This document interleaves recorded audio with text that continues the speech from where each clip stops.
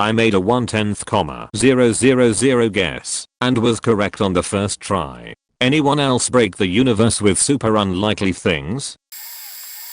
I was picking up lunch for my office. As opposed to looking for parking, I found a meter that was right in front. I never use meters if I can help it. Mostly because I don't have any change. So I park and run inside hoping this lunch pickup would take just a minute. This restaurant was notoriously speedy. Of course, they were running late this time.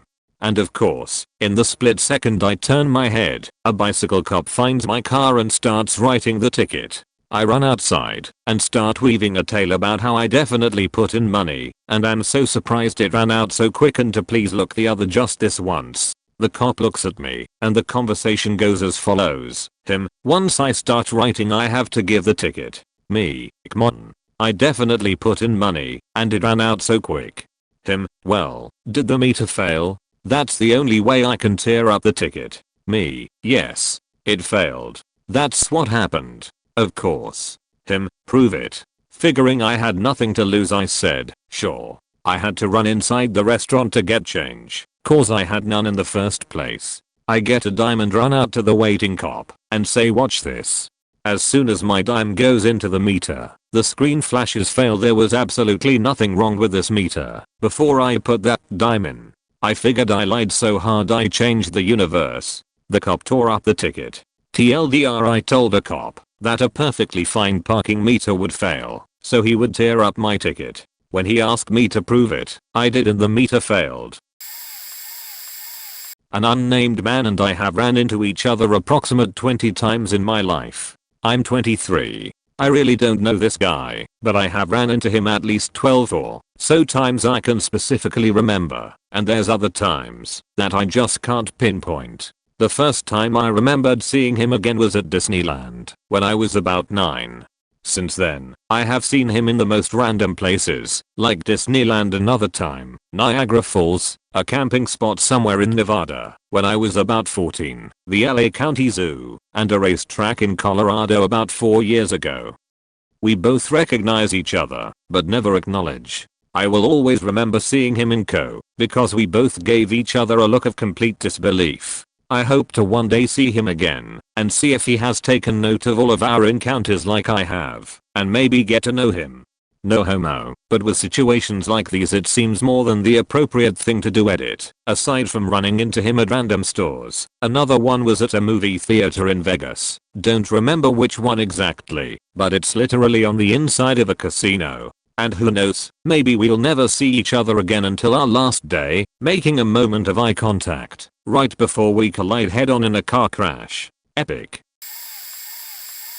I'm a little late to the game with this one, and it will probably get buried, but I want to post it anyways. My fiance and I grew up in different states. She was from Montana, and I was California, but we both ended up moving to Oregon and that's where we met. After dating for a year and a half or so we decided that we wanted to get married. No big rush or huge announcement or anything, just decided we were right for each other and wanted to make it official. She stuck with me through my first bout of cancer, and I knew then that she was the one for me. A couple of weeks after that we drove to Montana to visit her family. We had been on the lookout for a good engagement ring for her, but we didn't want anything fancy or expensive, and she wanted to help pick it out instead of me surprising her with one, which I was completely okay with. So on our way back home from Montana we stopped at a small restaurant/store combo, where they have a small selection of jewelry. It's a place called the $50,000 Silver Dollar Bar, and is actually pretty well known. It is exactly what it sounds like. 50,000 silver dollars line the walls of the building.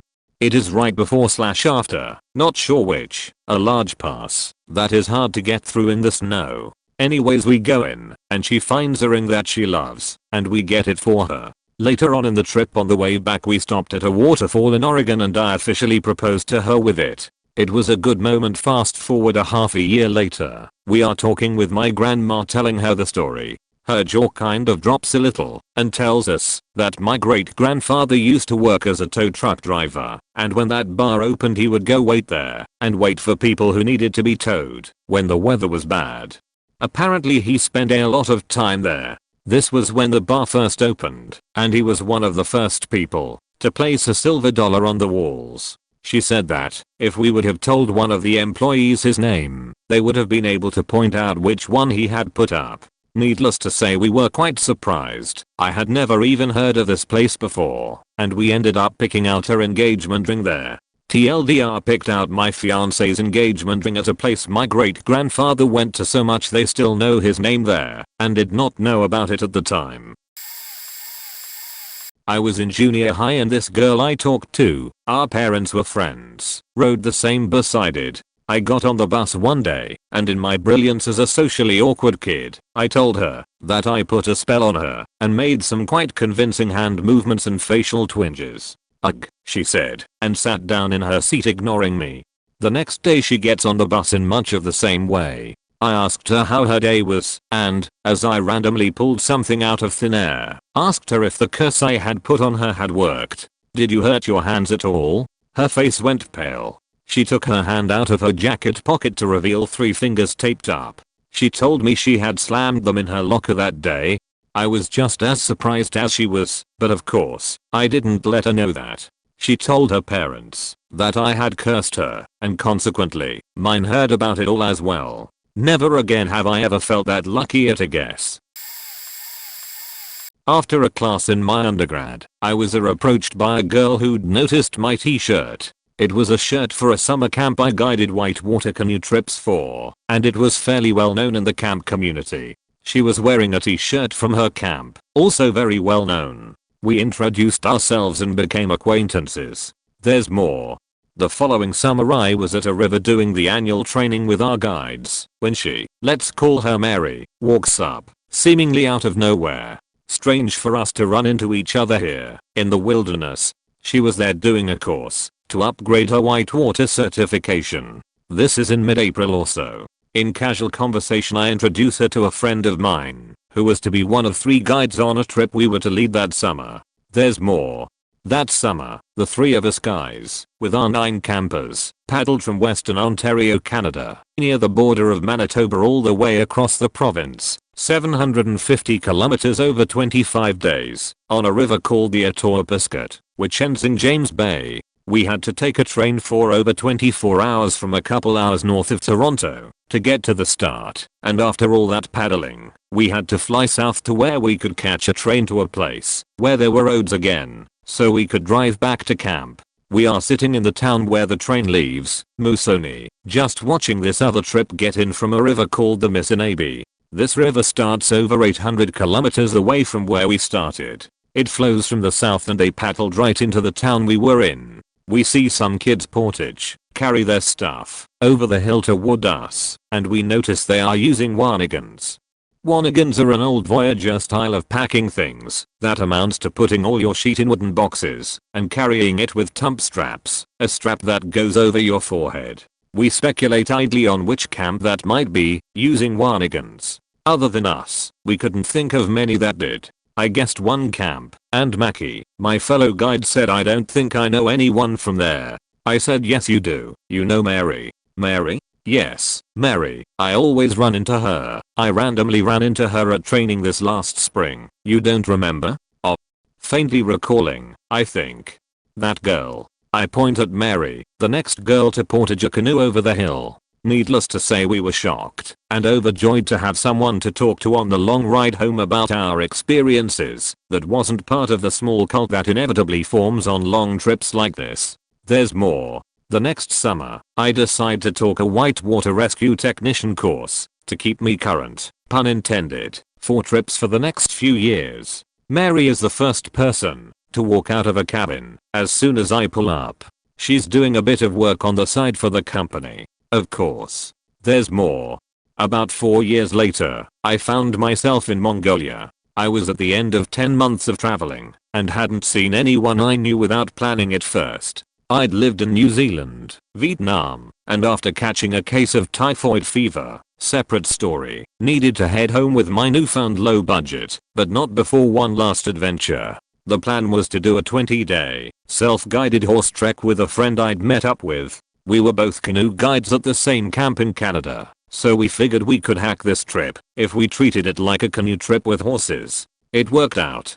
A couple days before heading out into the steppes to start preparing, we were running around Ulaanbaatar, the capital, looking around and finding gear we hadn't brought with us. We were the only white people around as far as we could see that day. Walking along, talking with my friend, another white face caught my eye walking the other way. At this point I'd been in Asia half a year and forgot I was white until I looked at my hands, or in the mirror, and regarded Westerners with the same intrigue the locals did. As the other face passed me in the crowd we locked eyes, and after 3 steps I froze in my tracks as recognition kicked in.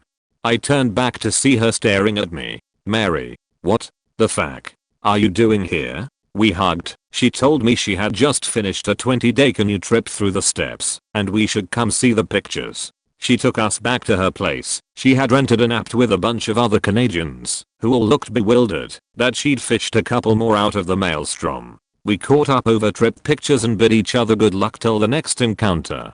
Who knows where the fuck that will be.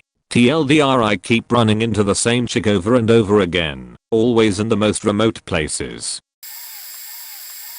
My ex and I went next door to meet some new people and their friends. We all decided to play Cranium and had a maximum of 4 teams. For whatever reason, we were on a roll, just annihilating everyone. One of the censor sketches comes up. For those of you who don't know, a censor sketch is essentially Pictionary, except you have to close your eyes as well. Typically these are easier words such as face or turtle, since there's the added handicap of, not being able to see what you're actually drawing.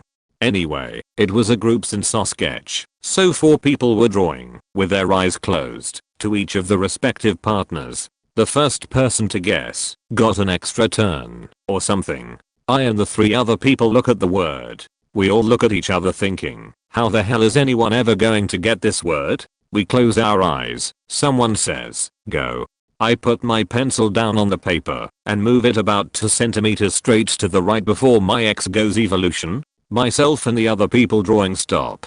My ex and I start dancing around like jubilant as holes, move up a million spaces, get the extra turn, and won in what was essentially a no-hitter in Cranium.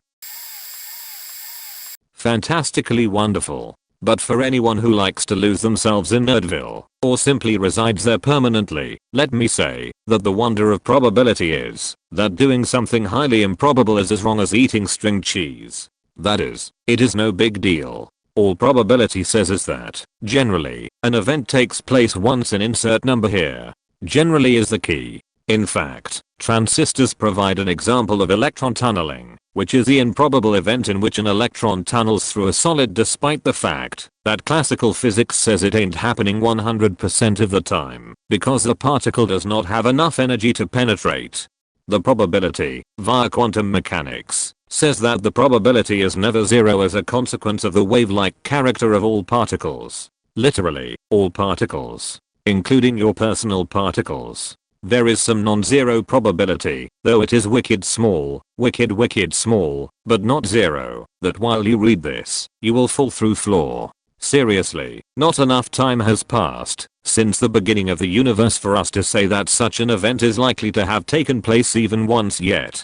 One way to ensure that you see the event is to run a test many times. That is, keep rolling a die and you'll get a 6. Another way is to get lucky, as in the case of dude randomly saying numbers and they matched his friend's pin. If you want more one-wave particle duality and you want your brain gently, sweetly faked, look up quantum entanglement.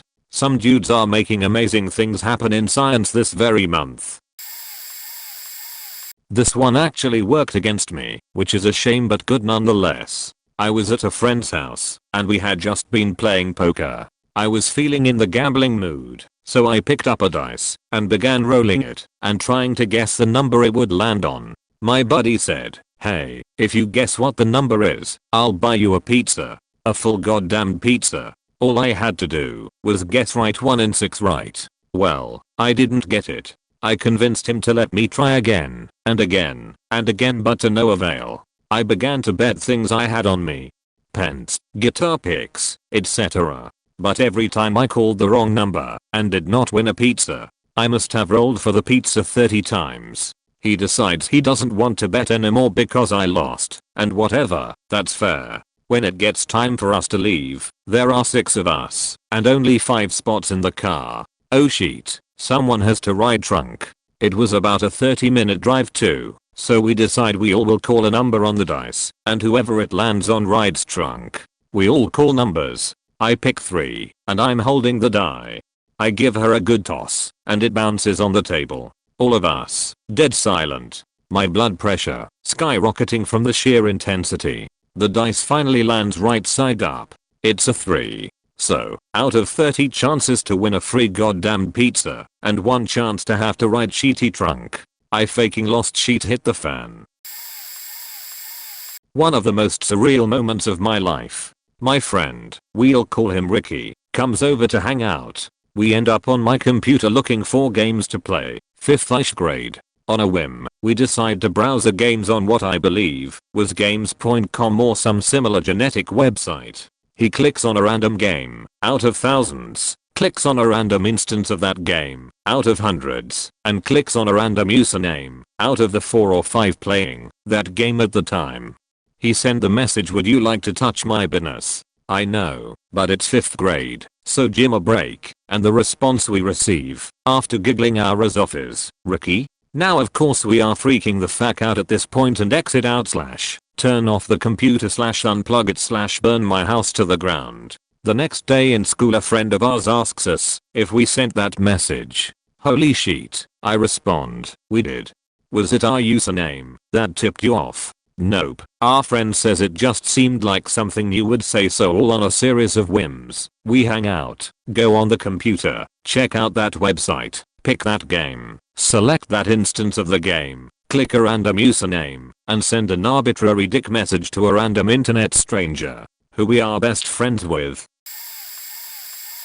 Oh, I got one. I was about 7 years old and was visiting our neighbors across the street with my 2 brothers. Bubble Bobble was all the rage back then, at least for us, so we would play it incessantly. As prepubescent boys, we were always trying to one-up each other. Well, we inevitably ended up on the conversation of who made it the farthest in Bubble Bobble. I remember distinctly that there were passwords for each level, so you could continue your progress. My brothers each claimed they had gotten to level 50 or some such, I don't recall, and so I attempted to one-up them by stating that I had unlocked a secret part of the game that was beyond levels. My brothers both laughed at me and then, of course, told me to prove it. I, of course, was completely lying through my teeth. So, my oldest brother takes the controller in his hands and goes to the password screen and proceeds to ask me for the letter combination. I figured I would just shrug and say that I didn't remember the password when it didn't work. It's all A's to begin with, so I took that as my cue to follow an alphabetical route.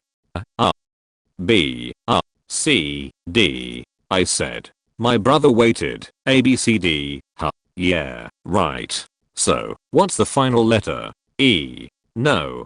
I shouted back. It's D, yeah, A, B, C, D, D. He punched it in and pressed start. Suddenly, to all of our amazement, mine included, it unlocked Super Bubble Bobble. We stood in utter shock when the word super was added just before the name of the game with a ring-a-ling-a-linga. My brother pressed 1P start and immediately had his very first ejaculation. Disclaimer, I just tested the password on Nezoid on my Android phone. It still works. TLDR, tried ABCDD as a bullshit password to impress my friends with my Bubble Bobble knowledge, and it worked better than I ever could have imagined. I once posted in a 4chan get thread. If you don't know a get thread is, every post on a chan image board has a number to identify it, a long number, for instance 6 or 7 digits long. Look at the top right of any 4chan screenshot, you will see a number there. It's sequential and identifies that post as unique. A common thing was to post get threads. For instance 66 get names my cat. You posted your comment with your suggested name, for instance Cunty Bojangles. If the stars aligned and the numbers at the end of your posting matched the ops requested, get for instance 514,566 would win the get. You won and he would supposedly name his cat Cunty Bojangles.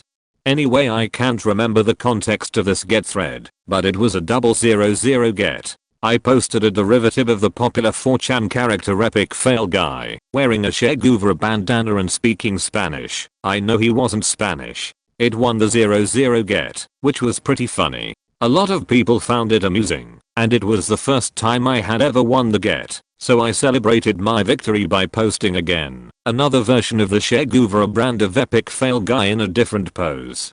I don't know how, whether by some dark magic or the gods simply willed it so, but that post ended with 000 as well. 2 zeros, in the same thread, with images of the same character, EFG in a Che Guevara bandana. The thread exploded into a shitstorm, some simply mashing their keyboards in excited derangement, others throwing wild accusations of mod involvement. However, I knew the truth. I had posted it, and had beaten the odds which more or less lined up with those of this thread on Reddit.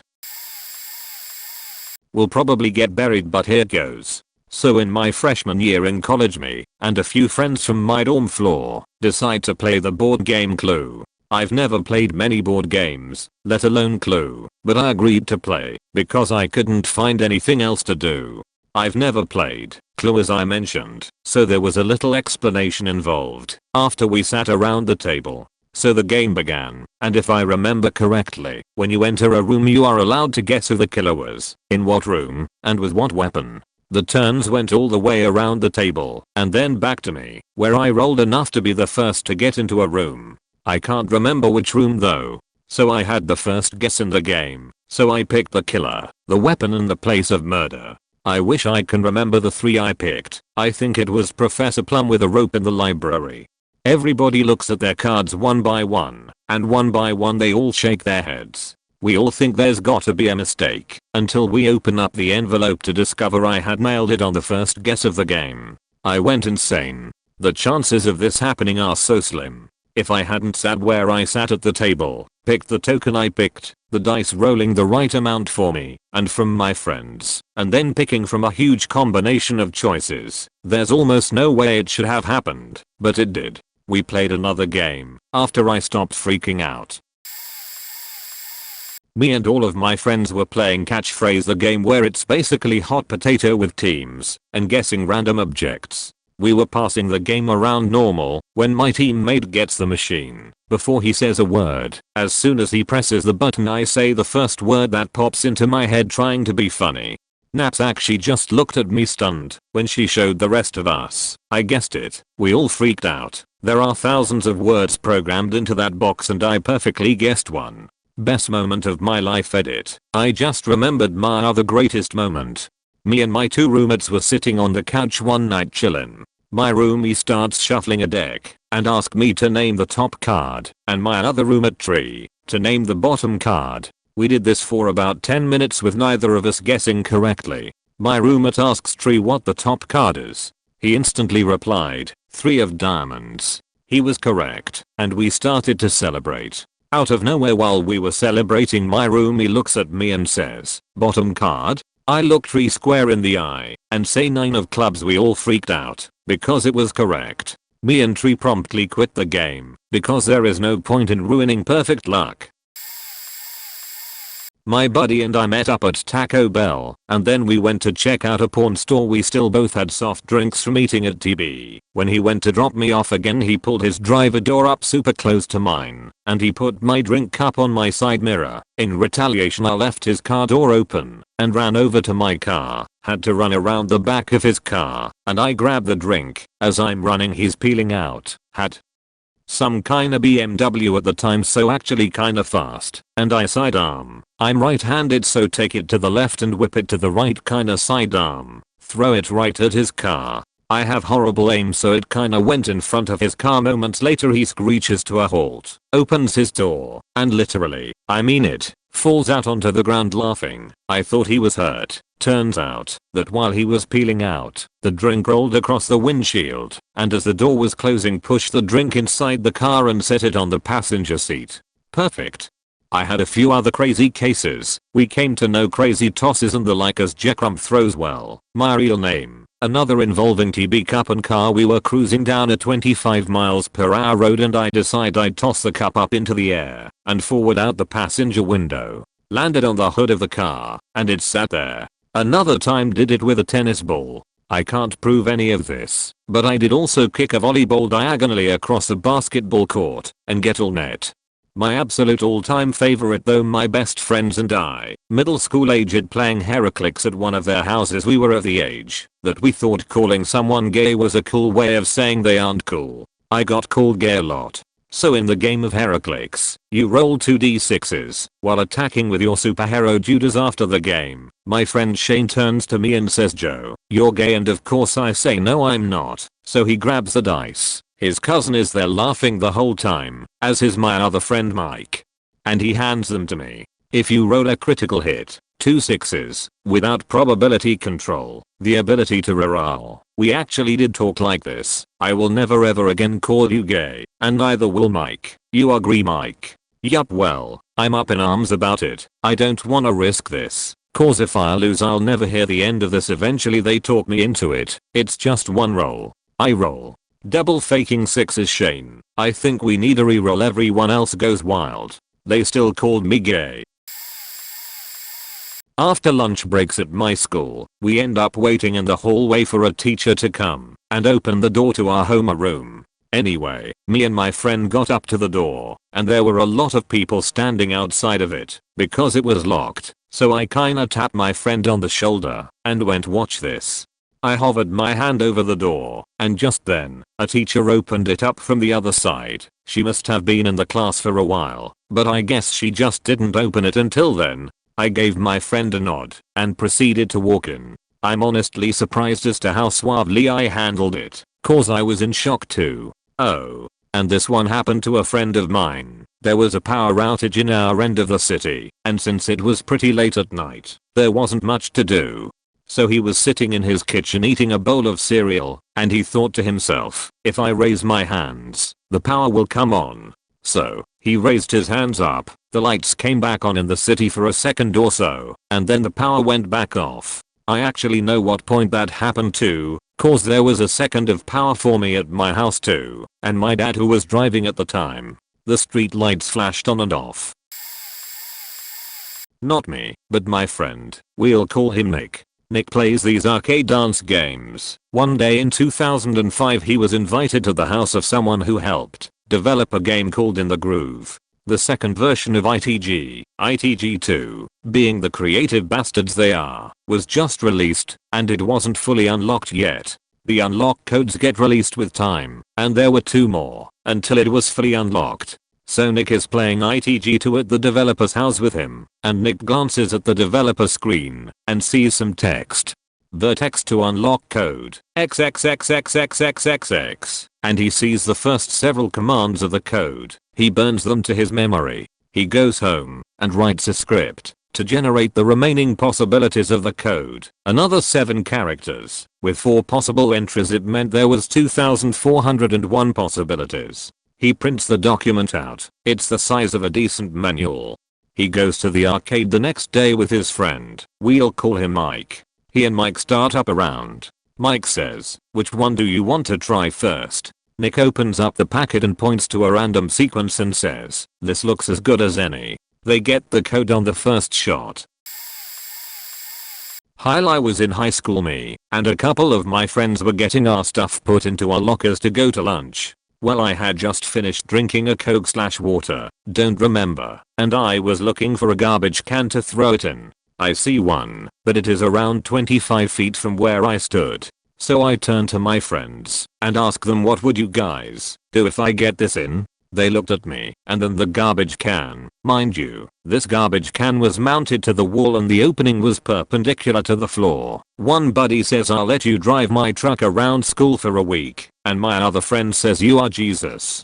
Now this might seem like an easy thing, but trust me, from how far I stood away and the way the garbage can opened, this was like a 1 in a 10,000 shot. I either garbage, aim, and I throw my bottle. As soon as it left my hand I knew this thing was going to be very close. Since I was standing ajar from the garbage I had to put a little put of an arc in my throw, so in midair the bottle is spinning like a curveball towards the can.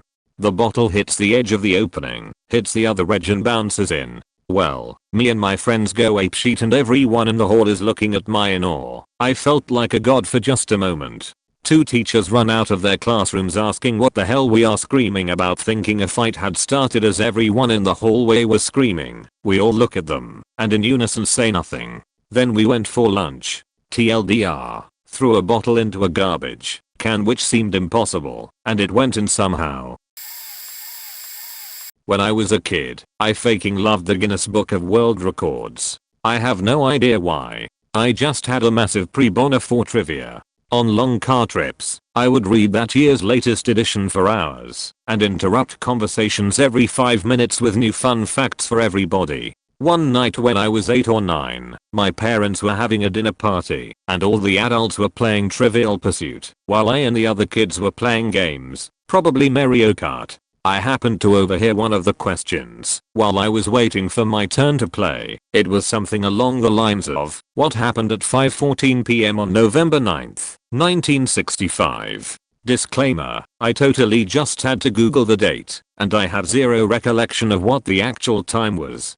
All of the adults, all pretty faking intelligent people, mostly at least bilingual, with master's degrees, top secret clearances and jobs at the Pentagon and whatnot, were completely flummoxed. I had vaguely remembered reading the year in one of my record books, and it seemed like a weird year, because I never remembered anything else happening that year. Not the moon landing, not Kennedy, not anything civil rights movement related that I could think of.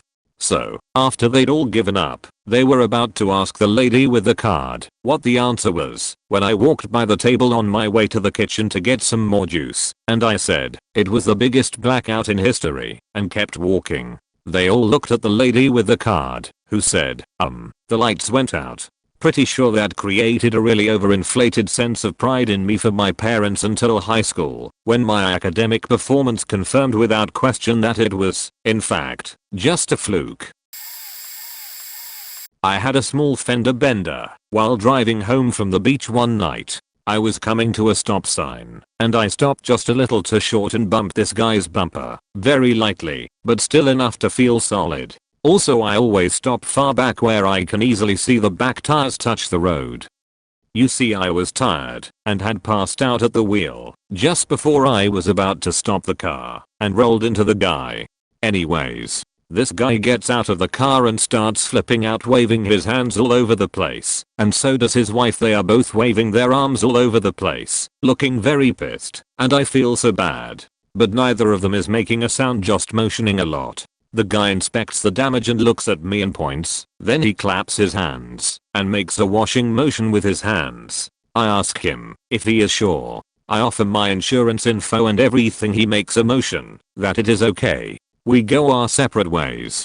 That evening my friends and I decide to go to Dave & Buster's, an arcade. We never go to arcades, ever. But we figured, let's go check this place out. When we get there, there is a type of convention for the deaf going on, and guess who is there? The guy I hit and his wife. I approach him while he is chatting with other people and tap him on the shoulder. He turns around and is so excited to see me. He shakes my hand, hugs me, introduces me to a few people, appears to be explaining that I'm the one who hit him, and I see the realization in people's eyes. He then introduces me to his hot daughter. This was a day that I remember as having superhuman aim. It was PE class in high school. I was a senior at the time, and I was messing around with a group of freshmen while the entire class waited outside in the sweltering heat for the teacher to show up. We were kicking around rocks and had managed to find a tennis ball to entertain ourselves with, so naturally, we decided to start throwing things. It started out with us tossing rocks at random schoolyard objects and debris. First, we tried to make baskets with our rock on the backboard across the court. A couple kids tried, airballed it or missed the hoop completely, with a couple hitting the backboard. I tossed mine, and it was a perfect swoosh. Next up was a Gatorade bottle standing about 40 yards away. That's pretty far. You really had to throw your rock in order for it to even land near the bottle. Everyone fails miserably, while I step up and toss my rock and peg the bottle perfectly in the middle, knocking it down. The freshmen started giving me funny looks. But next up was the cherry on top.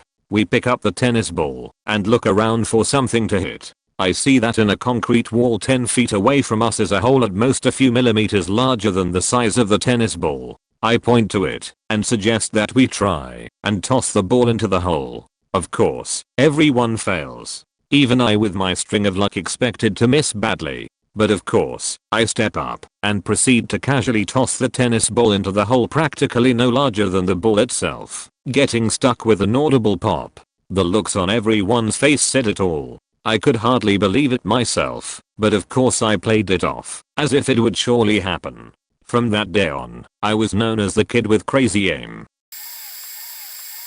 I have another post floating around on here, but reading these reminded me of another amazing, odds-defying story. I grew up in a house, in a neighborhood with lots of other houses. My house wasn't the tallest, and it was surrounded by a bunch of similar houses. One time, late at night, there was a very big thunderstorm. The rain was pouring heavily, and the thunder was so loud I couldn't fall asleep.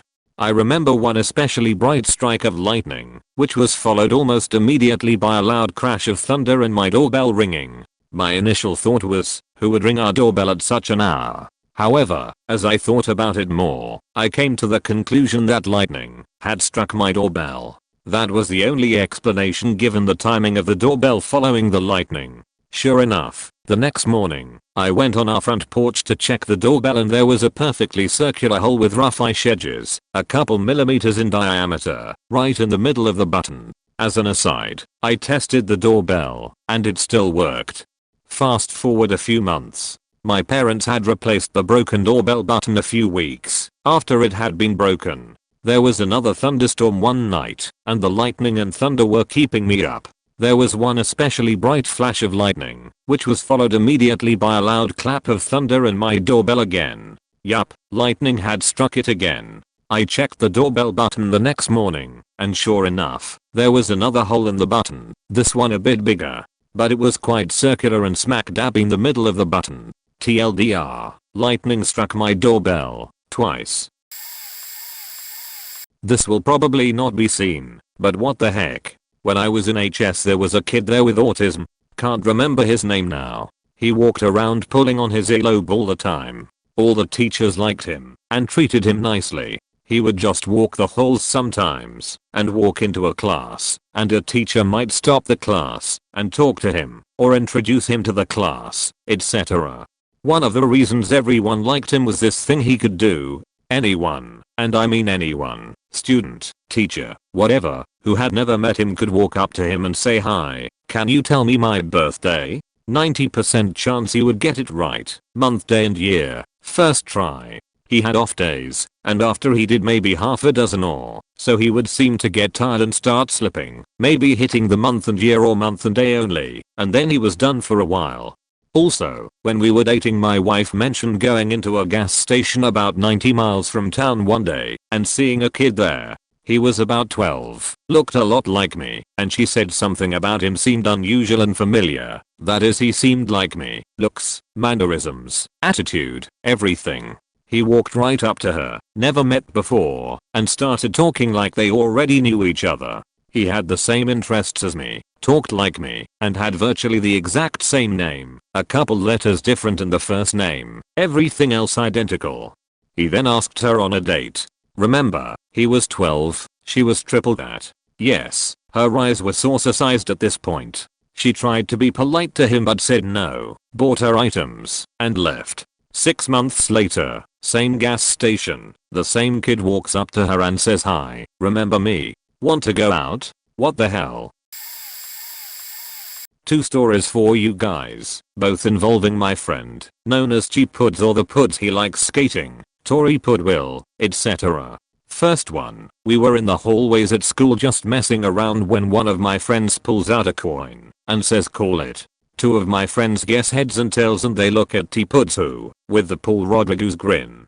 Also a famous skater, on his face, says on its side. The coin is tossed in the air, it smacks onto the floor, and begins to spin, and spin, and spin. This went on for a good 30 seconds, before it slowed down and stopped, on its side. We erupted in laughter, and could not believe this had happened. Other kids were walking by us, and we made a circle around the coin, to defend it from being knocked over while we screamed our heads off until a teacher told us to be quiet.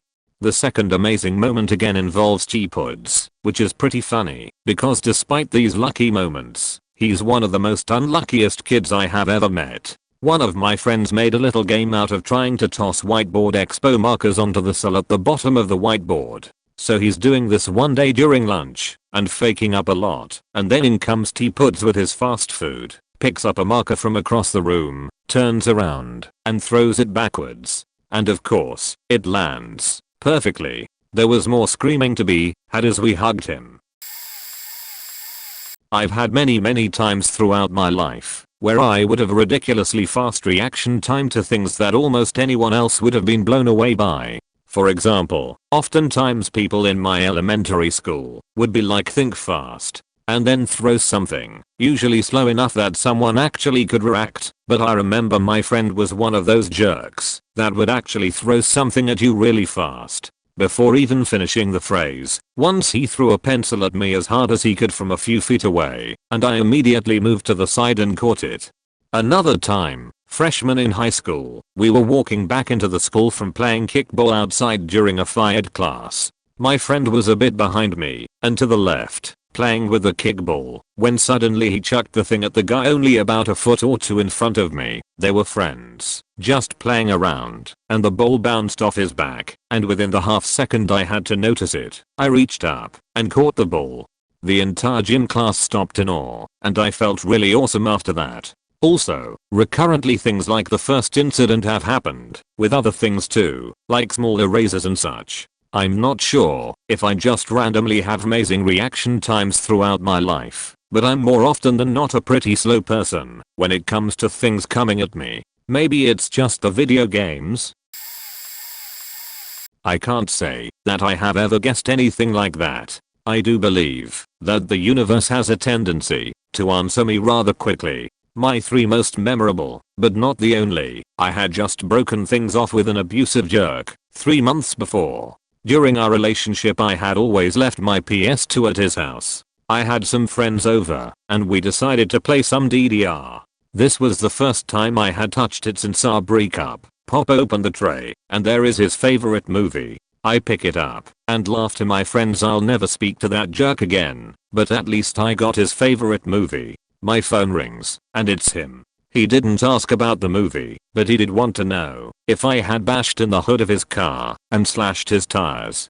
He also wanted to know if we were still in a relationship after not talking for 3 months. I think he was drunk too. Total drunk dial. The next I was running late to an Aerosmith/ZZ Top concert in Houston a couple of years ago. I had no clue where I was going, and in the process got lost. I spent a lot on that ticket and I didn't want to miss a minute. I finally find my way to the Woodlands, and I'm outside the gate, in my car, about 10 minutes to showtime, no clue where to park. I go up the street and turn around to go in the other direction when right in front of me a sub pulls out, almost like it was meant to be. I slide in. Got to my seat in the 8th row before it started. When the concert was over some people asked me what time I got there to get such great parking. I had to tell the truth. The other was today. I'm not a person to get sick. I mostly can't because of my job as a cook, but I also hate feeling sick. I'm usually pretty good about killing the problem when it starts, when I'm at home with my arsenal. I just got back from vacation yesterday, and I caught a nasty cold. After a couple of days sick, and then air travel, I was wiped out. All I wanted to eat was some soup. I mentioned to my roommate that, since it's 95 here in Texas, I can't think of or imagine anyone selling soup that I could just buy without all the trouble. Today, I needed more meds, so I'm walking out to my car to go to the store. A guy with a handful of menus is passing by. First human contact of the day. Would you like some free soup? Yay. I look at the menu and it's a 5-minute walk from my place. They have broccoli cheese. I'm feeling better, just in case you were wondering. TLDR universe helps me out sometimes. Karma for my ex. VIP parking. Free soup. I was in a physics lab, and we had this long intricate experiment to set up, and a ton of data to collect for one specific lab. It was expected to take the majority/all of the 3-hour block. Unfortunately, this happened to be a day where I was sick, but because the professor had an attendance policy I dragged my ass to lab anyways. I got there and looked at my lab group, and we looked like the most pathetic group at that very moment. Every single one of us was sick, but we all wanted to pass the course, so we soaked it up, quarantined ourselves in the corner, and started working on the lab.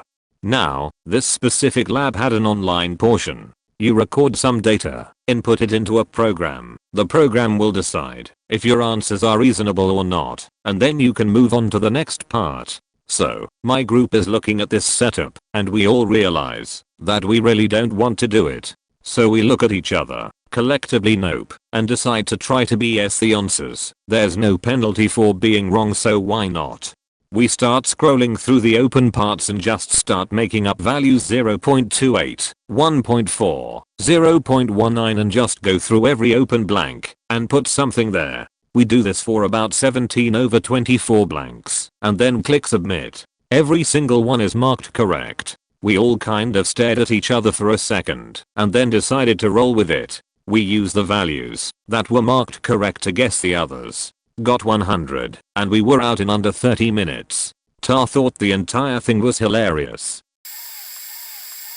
I've got two. Once, in high school, my friend Kenneth did the whole pick a card, any card thing as he found out a deck of cards. For whatever reason, I say I'll take the 8 of spades. As I reach out to pull a card, I pull the card to turn it up, to see what it is, and then immediately drop it face up on my desk, so he can see. 8 of spades. My mom's side of the family used to be really big on watching Wheel of Fortune and Jeopardy when I was growing up. One time while we were watching Wheel, they moved to the next puzzle and showed all the blank letters with Vanna White standing off to the side as Pat Sajak says the category is phrase. I think it was. Anyway, this was like 20 years ago, and it's a bonus round. I look at the blank letters for maybe a second or two, and before the first player even begins their turn, I say give me liberty, or give me death. Patrick Henry. The game commences with the players doing their thing, and maybe 4 minutes later one of the players says they'd like to solve the correct answer, give me liberty, or give me death. The bonus question, who said it? The bonus answer, Patrick Henry. Witnessed by my grandfather, now deceased, my mother, both of my aunts, and one of my cousins. In high school I was in gym class. We were playing softball. I was playing left outfield position. When we would switch sides we dropped the school gloves near the pitching mound. Now when I would run in I would hide my glove. This is because there wasn't enough of them for the entire outfield team. Playing as a left outfielder, it is one of the most vital positions to actually have a glove. So when I start to run back to pick up my glove, Sir Douche Nozzle has taken it, and I go with the reasonable approach and explain to him that I've been using that all game and I'm playing in the outfield and really need it. This guy was terrible at softball anyhow and had already dropped quite a few balls. Anyhow, he basically tells me to fuck off, and I politely tell him he is an asshole and things went to hell after that. I don't succeed in getting my glove from him, so I decide the best course of action is spite. I've decided that, even if a ball comes towards me, I won't run towards it, nor will I catch it. I've decided we are gonna lose this match.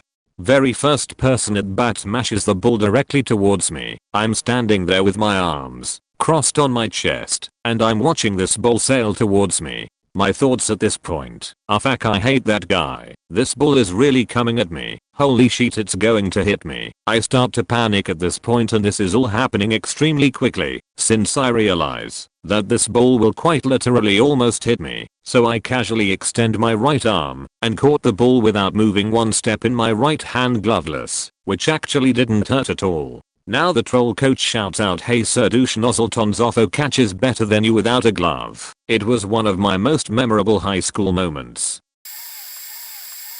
A few years ago, I was out with a buddy of mine partying in an Adams Morgan bar called Narlands. I'm an average looking black man and I have never ever had a woman initiate a conversation or even look in my general direction. Not that I'm complaining. Anyways, I'm just dancing and having a super good time. I go to the bar to get me and my buddy another shot of Gija when this super pretty / hot mixed looking chick asked me to get her a shot. I get her a shot and promptly walk away to resume my dancing and jumping around. About 45 minutes later, I go back to the bar to get a cup of water and the same chick, still sitting at the bar, asks me when I didn't even stay to talk to her. At this point, I'm kind of confused because things like this don't happen to me.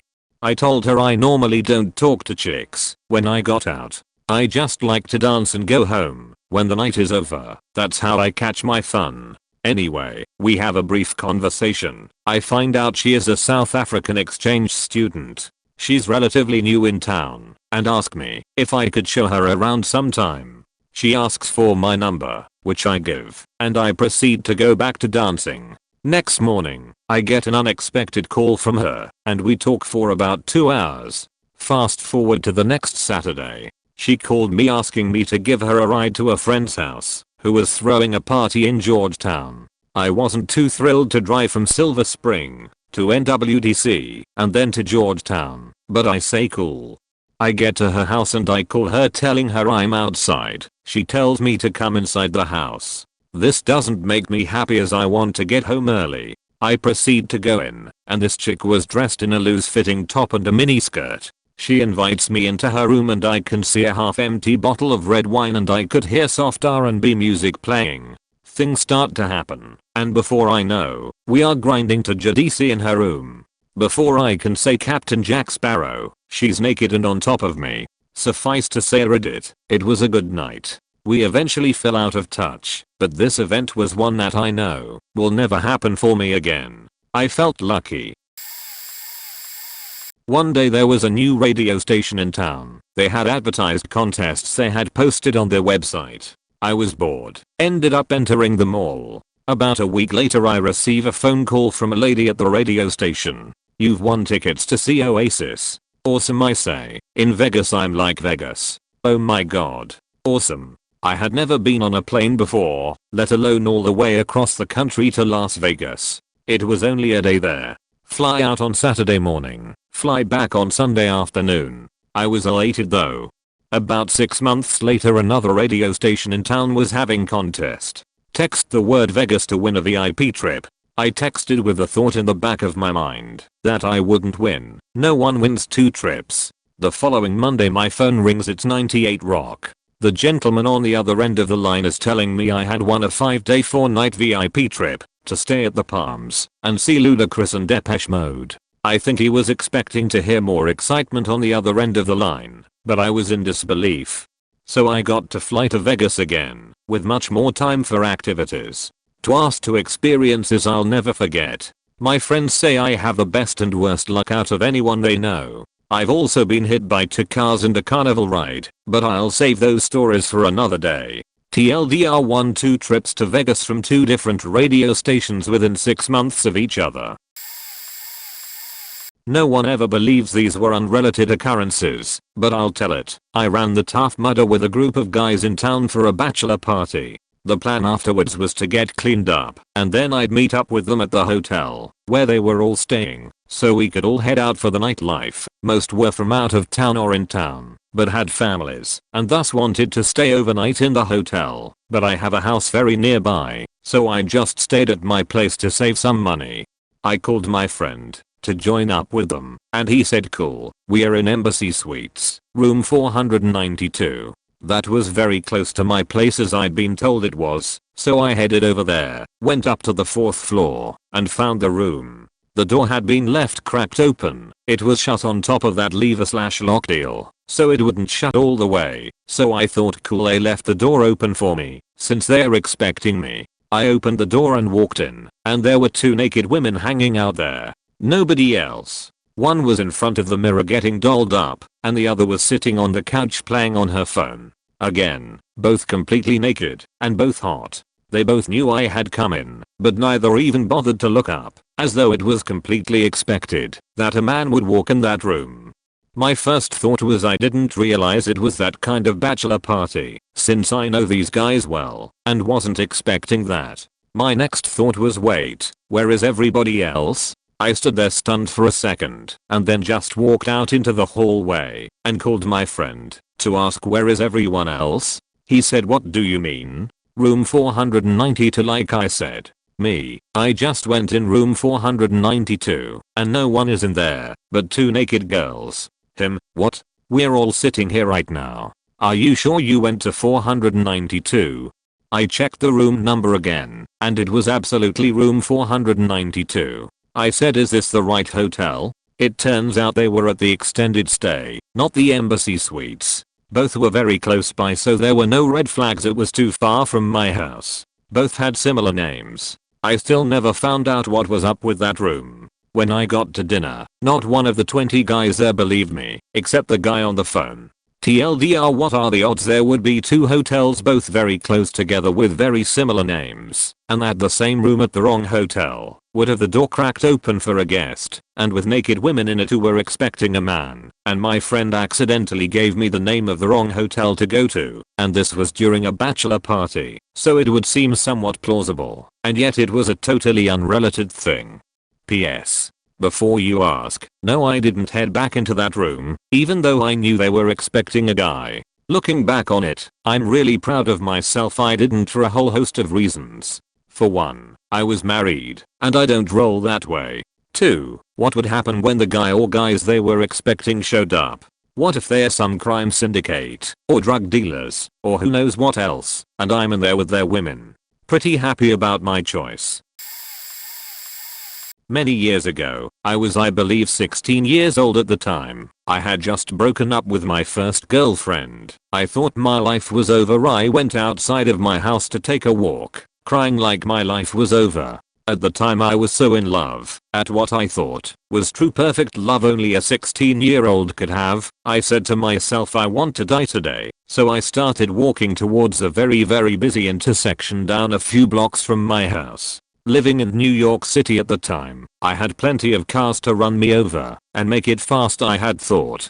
As I approached this particular intersection, it has 4 lanes / 4 lanes / 4 lanes / 4 lanes. I call it a 16-way intersection. On a busy Saturday I was crying, whimpering and ready to end it as I walked toward the intersection. I saw the speeding cars and remember thinking that my mother is going to be so upset with me. What a thing to think. I walked out into the street with my head down and my teeth clenched in anger and sadness. At that exact moment all traffic had stopped. Every direction had a red light and I simply walked across the street without any harm done. Nobody knew the difference. I've never told anyone.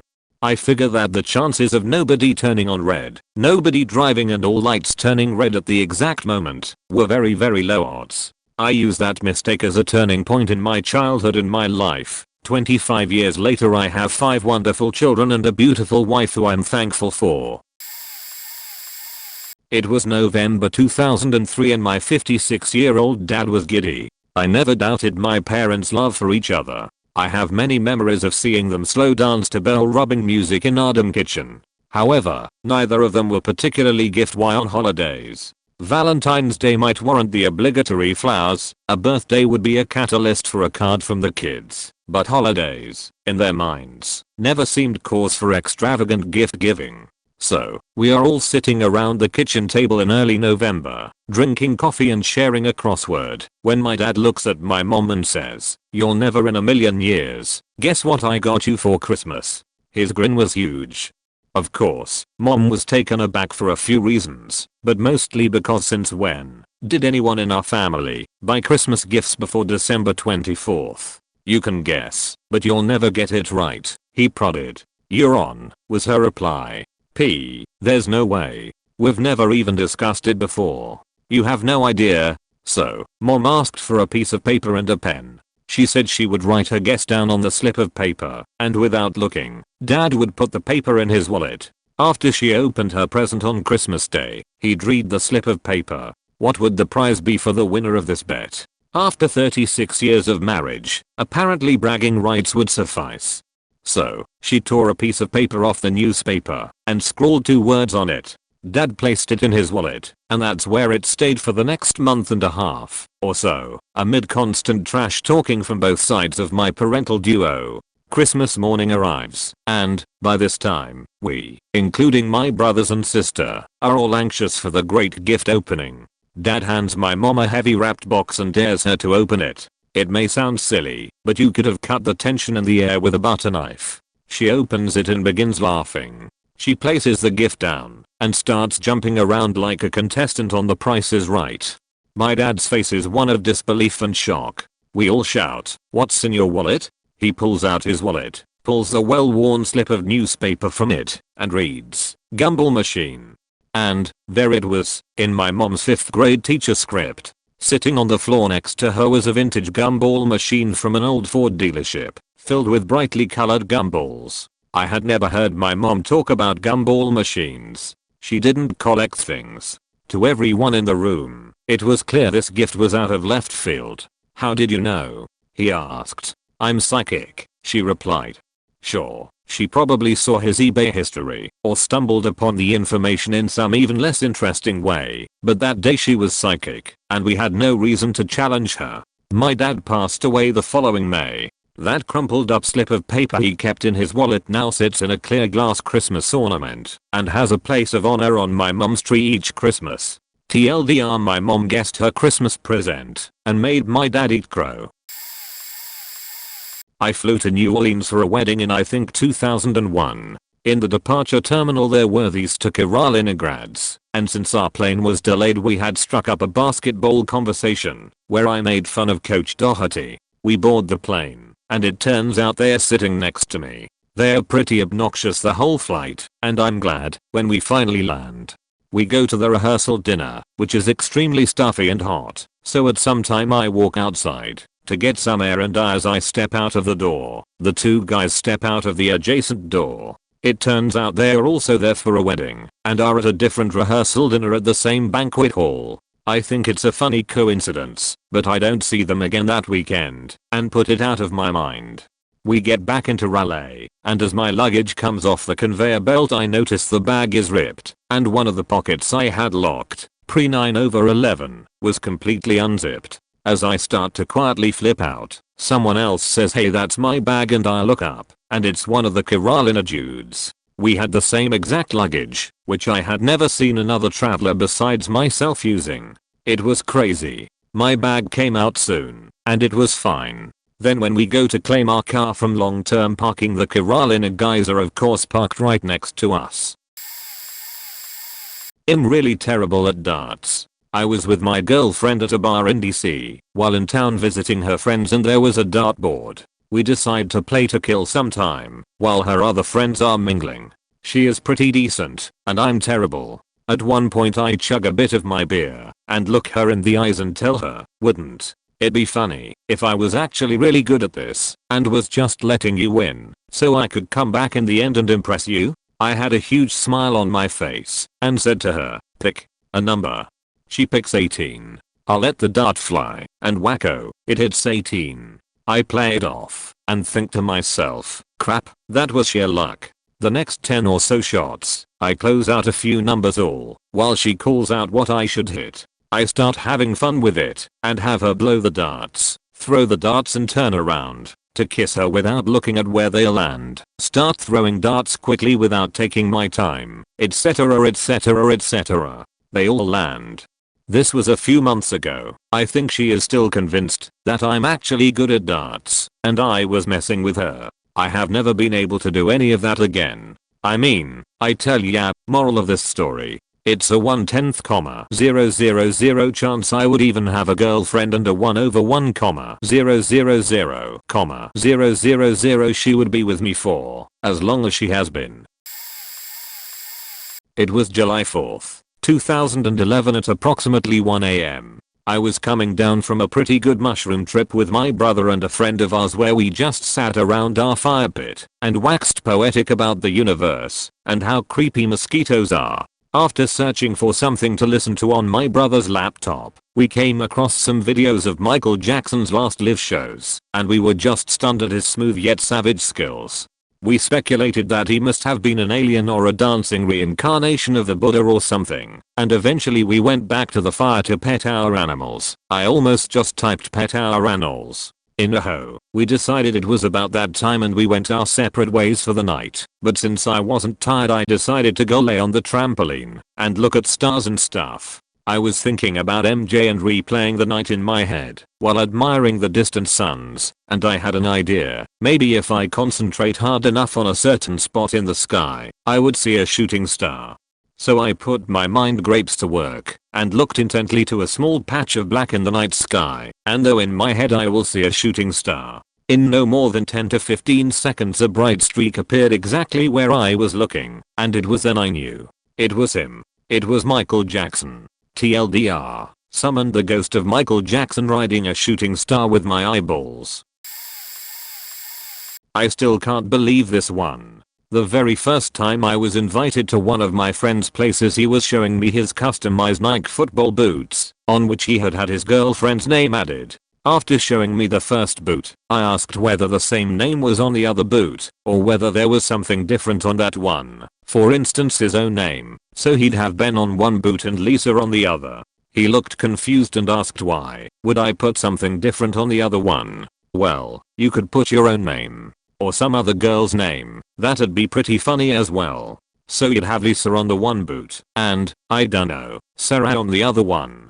At this, the whole room went silent. There were 5 of us, me, my mate, his girlfriend and another couple that they knew quite well. I thought to myself, oh well, not the best joke apparently. But after receiving a couple of stern looks from my mate's girlfriend, I asked what's up.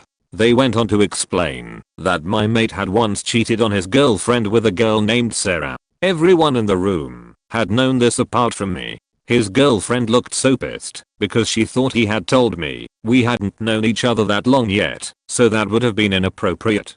So me suggesting to put his girlfriend's name on one boot and the name of the girl he cheated with on the other didn't go down so well. What were the chances of that? TLDR. Friend showed me boots with girlfriend's name on them. I said it would be pretty funny if he put some other girl's name on the other boot, and in the process unknowingly suggested the name of the girl he had cheated with.